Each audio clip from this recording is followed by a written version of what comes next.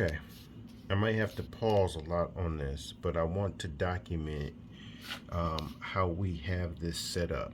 Now you can see that, well, you can't see. Let's go down here and look at this circuit.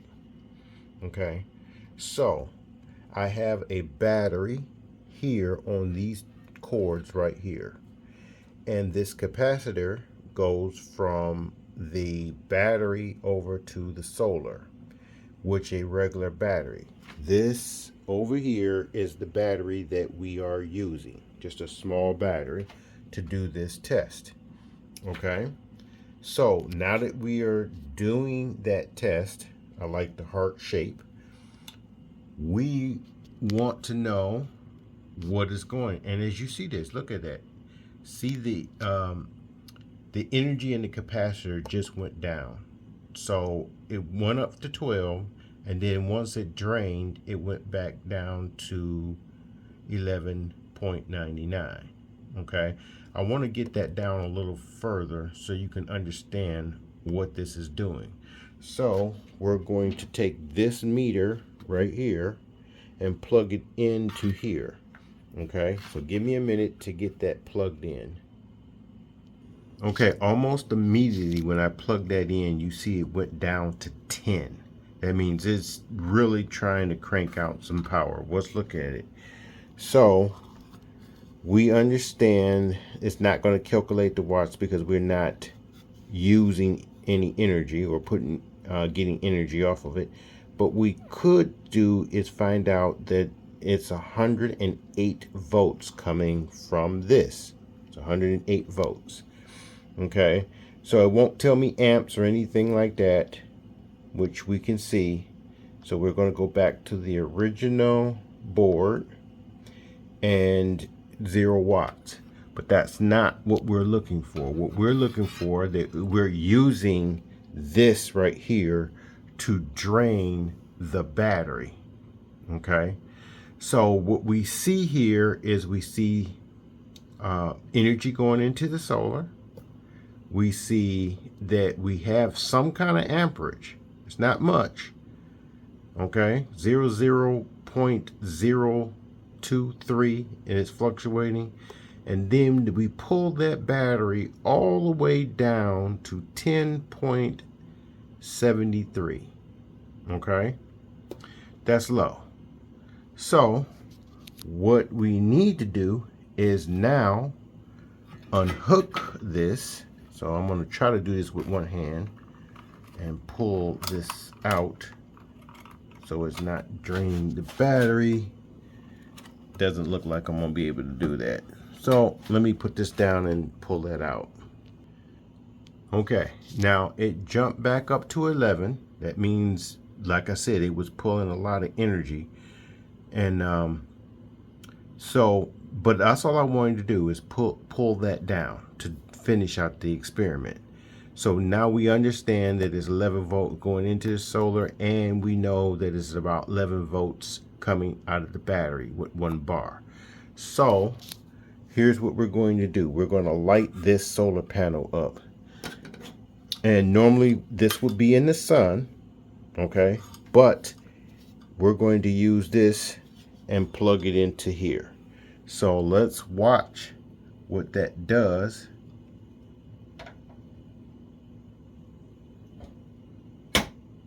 Okay, the light just came on.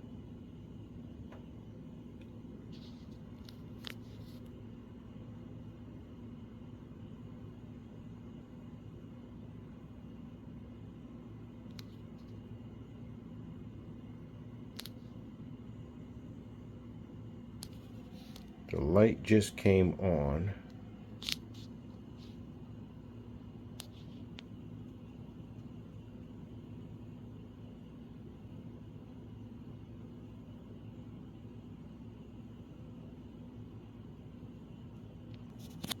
I missed it.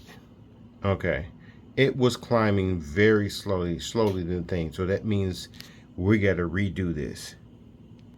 Okay, I pulled enough energy out of this thing to get this thing to trigger. So it jumped up to 12 volts, but the battery shows empty.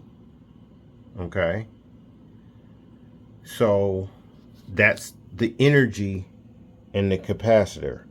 So that's going to dissipate, and then it will drop back down once that energy cycles out of there.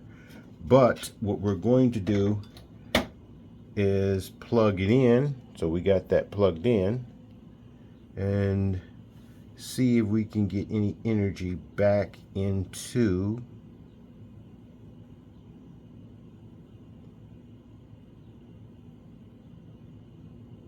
and there it goes.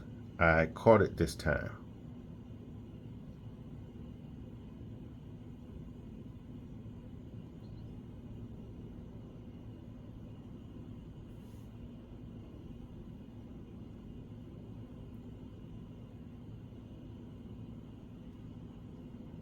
Okay, the backlight went out.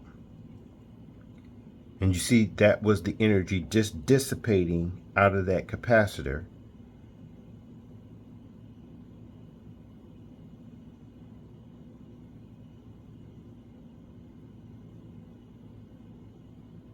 So it filled up, dumped its load, and then it shows where the battery is. Now the battery is at 11.99.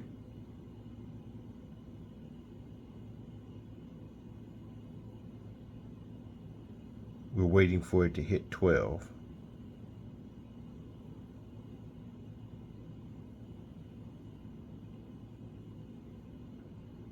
That's where I turned away and missed it.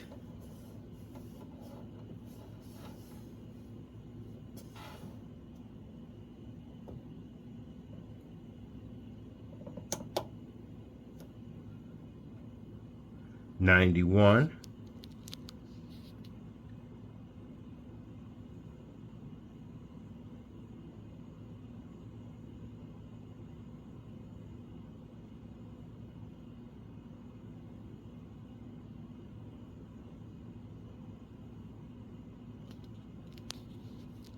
As you can see, the battery is going up. There go 92.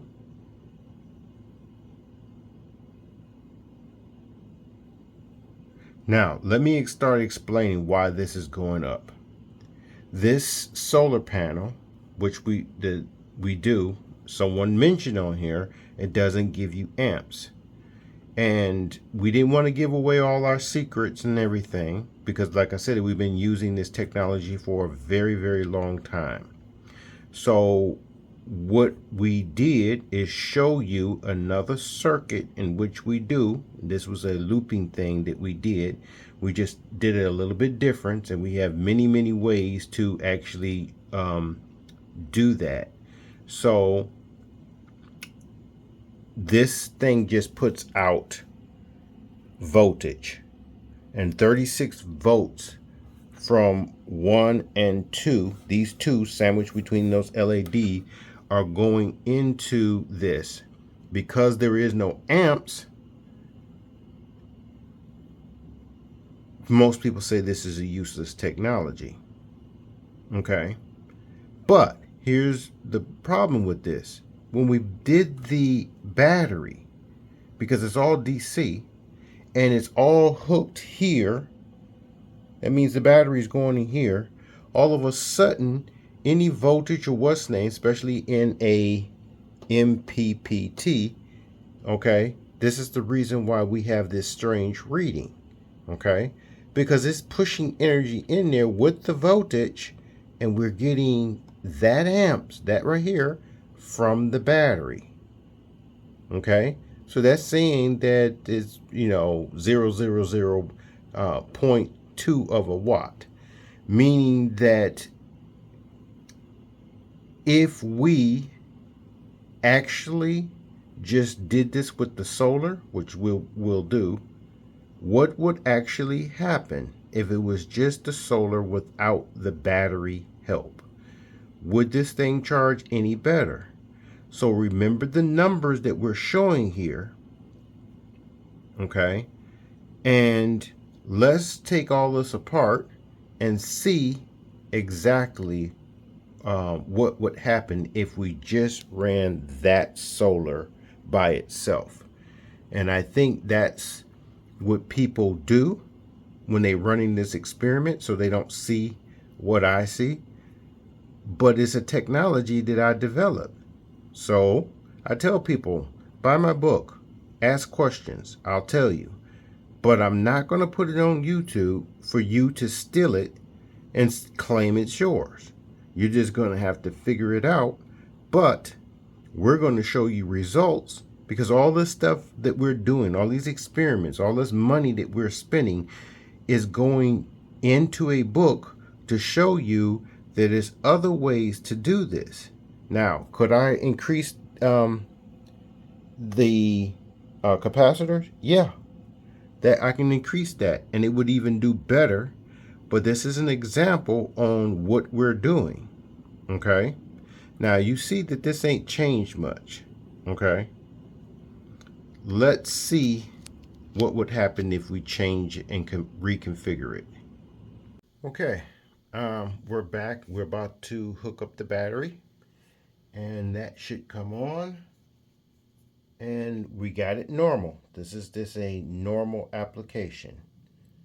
Okay, so let's see this.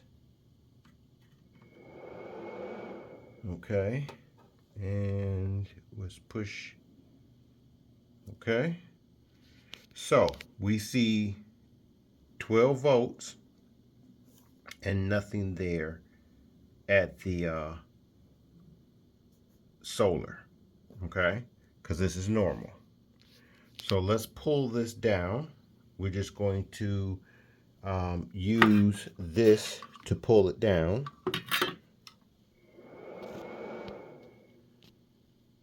I must have unhooked something, but it restarted over. And okay, so we're going to just, it might be a wire loose, but we'll take care of that. Okay, as you can see, it is pulling on there, and it's dropping pretty fast.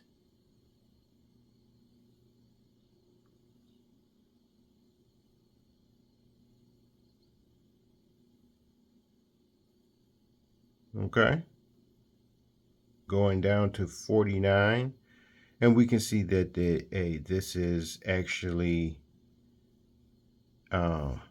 dropping because it's pulling power. So once this goes down to 49, we're going to come back. Okay, it's taking forever for this battery to drop down where I need it to drop down. And that's typical for a regular battery. But let me show you this. It doesn't have the power to run this. As you can see, the blue light is on, indicating that it is working. But it doesn't have enough power here to run this application. So you see that alone shows you, by putting that extra capacitor in line, does do something. Okay, so even though this is down to around 1250, we're going to plug our solar in to see what happens. Let's see. Okay, it just came on, and as you can see, we have voltage.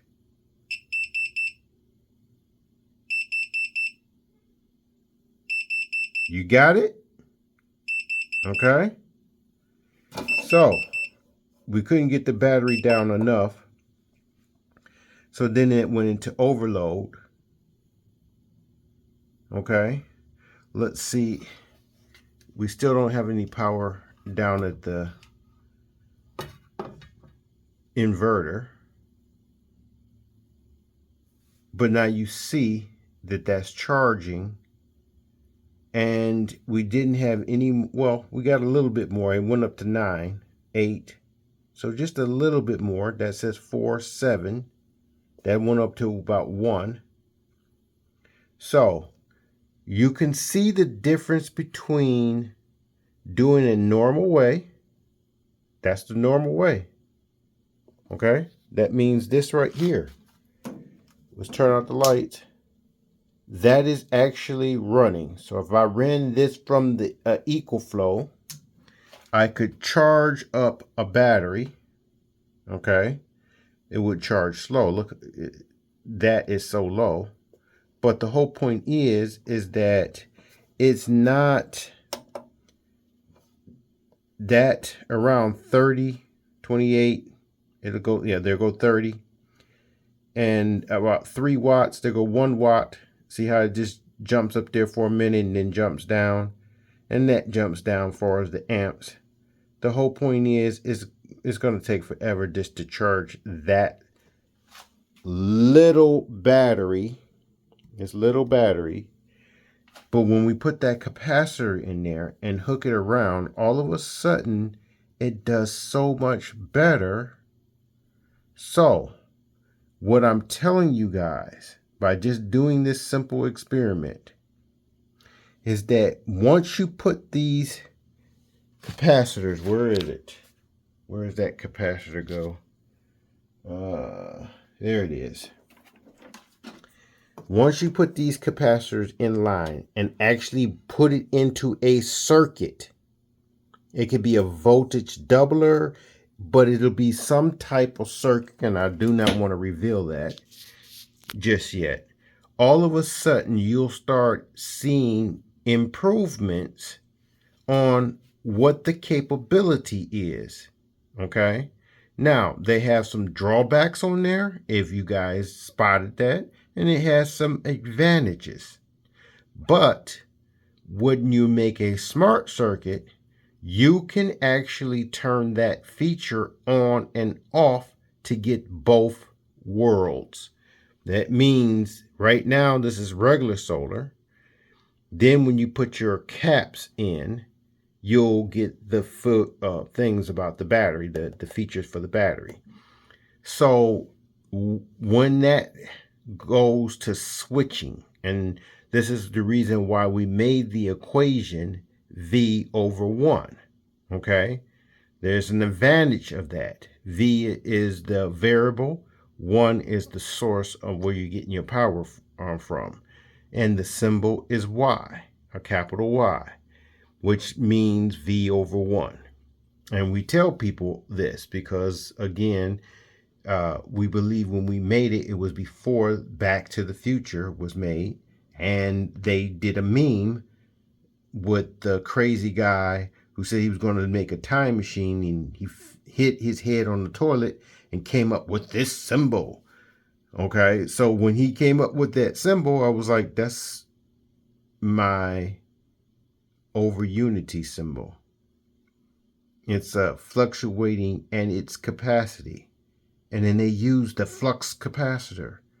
So when you hear that story, it was like, do I believe it or I don't? The simple point is that when you understand what I'm doing here, it all goes back to switching, fluctuation. Okay? It all goes back to that. So whether you believe me or not, like I said, I told a story. You don't have to believe it. But guess what? The technology is sound. And everybody's criticized me on these types of technologies that I develop and start doing. And they was like, wait a minute, but does it work? Okay. First of all, they told me solar don't have any amps, so it can't do that. But do you understand that they have a transformer in a MPPT Charge Controller? Which means that it takes this voltage down, steps it down to get that amperage. So when the guy says, Lee, I'm going to make a cartoon for him, but Lee says, you can't get any amps from this. I'm like, yeah, you're right. But it's secrets on how to get your amps back, because 20 watts is 20 watts. Okay?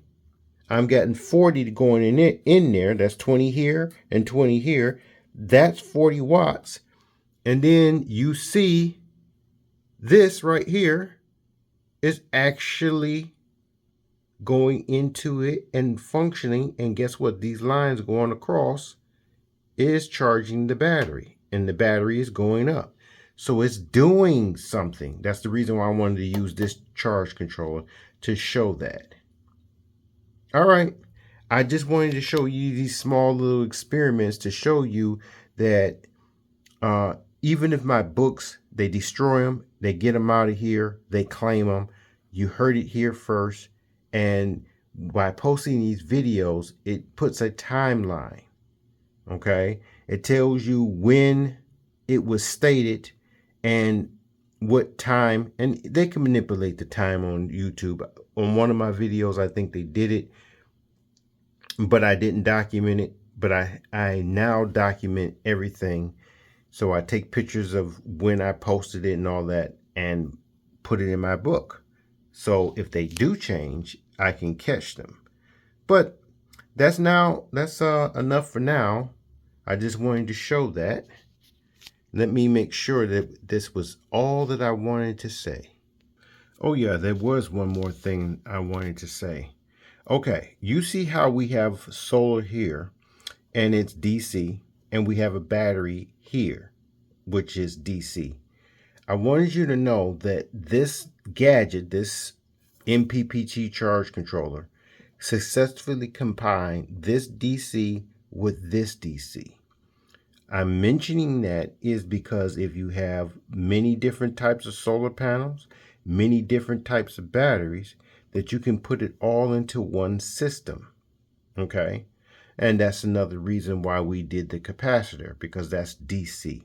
So they each have an effect, but with the proper circuitry, you can turn it off and on and get an outcome that's more favorable to you. Now, why are we doing this? Because we are designing a lightweight circuit that can charge your e-bike or small vehicles, whatever it may be, off the grid. That's the whole purpose of this. Okay? All right, I'm out. Okay, for you math buff, let's add into this. You see where that says 42 and 42.9? Add that up and then add the number which is going into it. Okay? And tell me if you're consuming this, which you're consuming here and here, and this is what's being put out at the end. Okay? Tell me those numbers that you see, even though it's fluctuating, are we making power, positive power, from LED lights? Okay? Like I said, I don't need very much energy from the systems of looping and all this that I do. All I need is enough energy to charge the battery.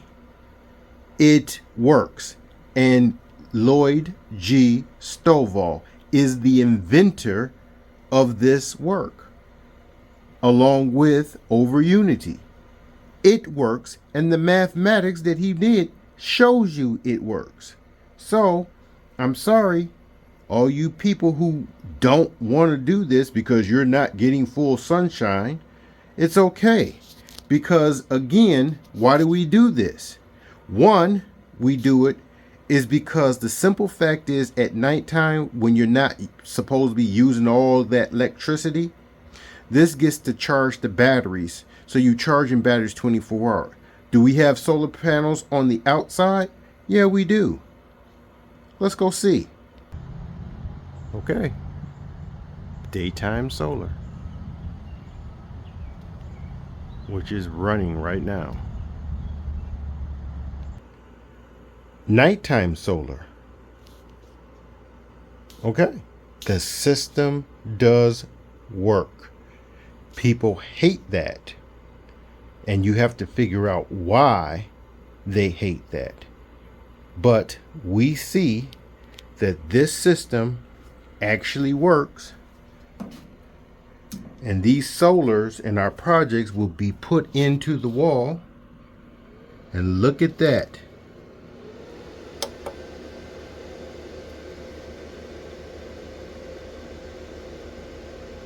There's the proof.